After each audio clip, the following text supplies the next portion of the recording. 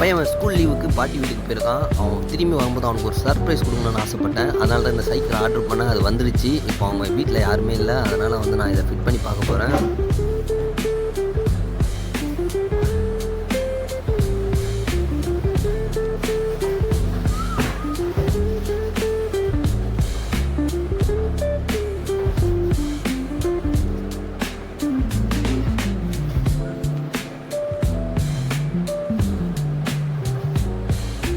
நல்லா வந்துச்சுன்னா ஓகே, இல்லைனா மெக்கானிக் யாருக்காவது கொடுத்து தான் இதை ஃபிட் பண்ணணும். ட்ரை பண்ணி பார்க்க போகிறேன். நான் அவன் வயசில் இருக்கும்போது ஒரு ரெண்டு ரூபா கொடுத்தேன்னா வந்து 1 ஹவருக்கு வந்து ஹவர் சைக்கிள் கிடைக்கும். எங்கள் அப்பா கொடுப்பாரு, இல்லைனா எங்கள் தாத்தா கொடுப்பாரு. யாராவது அந்த 2 ரூபா கிடச்சிச்சின்னா உடனே போயிட்டு 2 ரூபாய்க்கு வந்து அந்த ஹவர் சைக்கிள் எடுத்து ஓட்டுவேன். அவ்வளோ சந்தோஷமாக இருக்கும். நான் கற்றுக்கிறது எல்லாமே சைக்கிள் ஓட்ட கற்றுக்கிறதெல்லாம் அந்த ஹவர் சைக்கிள் எடுத்து தான் கற்றுக்கணும். சின்ன சைக்கிள்லேருந்து பெரிய சைக்கிள் வரைக்கும் ஹவர் சைக்கிள் கொடுப்பாங்க. உங்களுக்கு யாருக்காவது அந்த அனுபவம் வந்துச்சுன்னா கமெண்ட் பண்ணுங்கள்.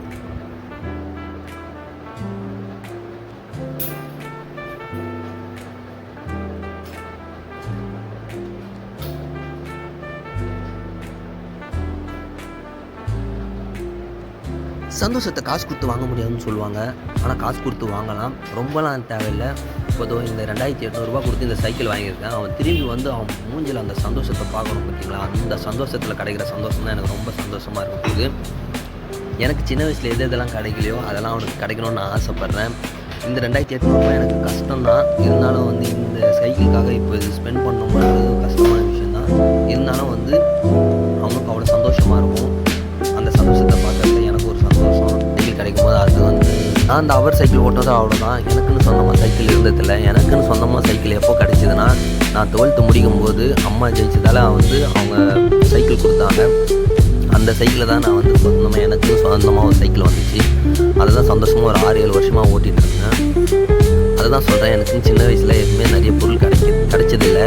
அது மாதிரி சின்ன சின்ன பொருள், அதாவது வந்து சின்ன சின்ன சந்தோஷங்கள் மூலிமா கிடைக்கிற சந்தோஷம் தான் பெரிய சந்தோஷம். அது எல்லாமே என் பையனுக்கு கிடைக்கணும்னு ஆசைப்பட்றேன். இதை ஃபிட் பண்ணுறது எப்படின்னு புரியல. இருந்தாலும் வந்து அவன் வந்து பார்க்கும்போது எப்படி இருக்க போகுது அந்த எக்ஸைட்மெண்ட் தான் ரொம்ப அதிகமாக இருக்குது. அதுலேயே இதை நான் ஃபிட் பண்ணுறோன்னு நினைக்கிறேன். அந்த எக்ஸைட்மெண்ட்டுக்கோசம் ரொம்ப வெயிட் பண்ணிகிட்டு இருக்கிறேன். பார்ப்போம் அது எப்படி இருக்குன்னு தெரில. இன்னும் ஒரு 5 நாள் கழிச்சு வருவான்னு நினைக்கிறேன். 5 நாள் கழிச்சு கூப்பிட்டு வந்துடுவேன் வீட்டுக்கு. வந்தவுடனே ஃபஸ்ட்டு வேலை இது தான். பார்க்குறேன் அந்த வீடியோ எடுத்து போட முடியுமான்னு தெரில. போடுறேன், பாருங்கள்.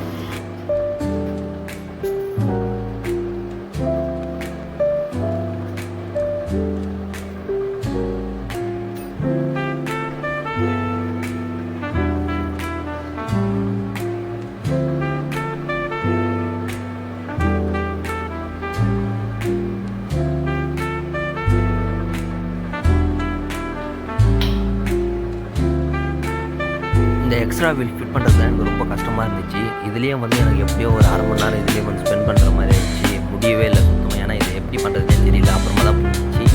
இந்த கம்பியை கழட்டிட்டு அதுக்கப்புறமா தான் இந்த வீலை உள்ளே விட்டு ஃபிட் பண்ணுறது புரிஞ்சிச்சு. இதுவே எனக்கு ரொம்ப நாள் ஆயிடுச்சு.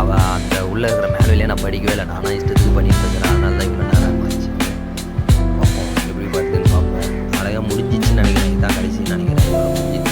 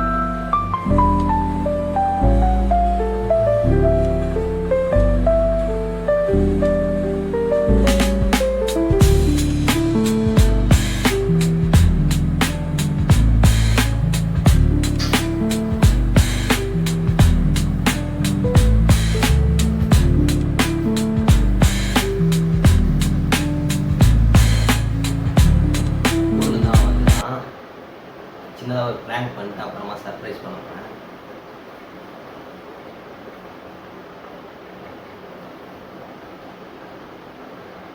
ஃபஸ்ட்டு இந்த காரை வந்து ஏற்கனவே வாங்கிட்டு தான், அது அவங்ககிட்ட இருக்குது. அதை ஃபஸ்ட்டு ப்ராங்க் பண்ணிவிடுவோம். அதுக்கப்புறம் வந்து சர்ப்ரைஸ் பண்ணலாம்.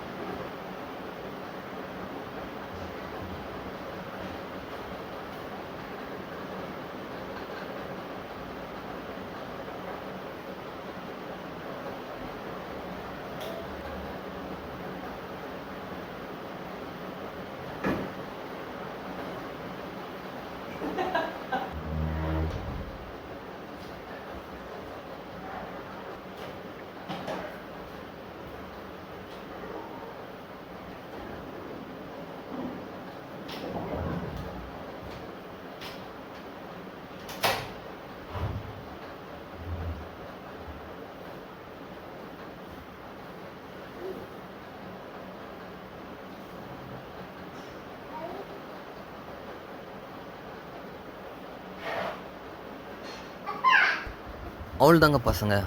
அவன் மூஞ்சில எவ்வளோ சந்தோஷம் பார்த்தீங்களா? அவன் வந்து என்கிட்ட வந்து ஓடியாந்து நான் கட்டி பிடிப்பான் அப்படிலாம் நெனச்சேன். இல்ல. ஆனா அவன் மூஞ்சில இருக்கிற சந்தோஷம் பாருங்க. அவ்வளோ சந்தோஷமா இருக்கிறான். அந்த சந்தோஷத்துக்காக எவ்வளோ வேணா செலவு பண்ணலாம். ஆனா செலவு பண்ணுறதுக்கு தான் காசு இல்ல.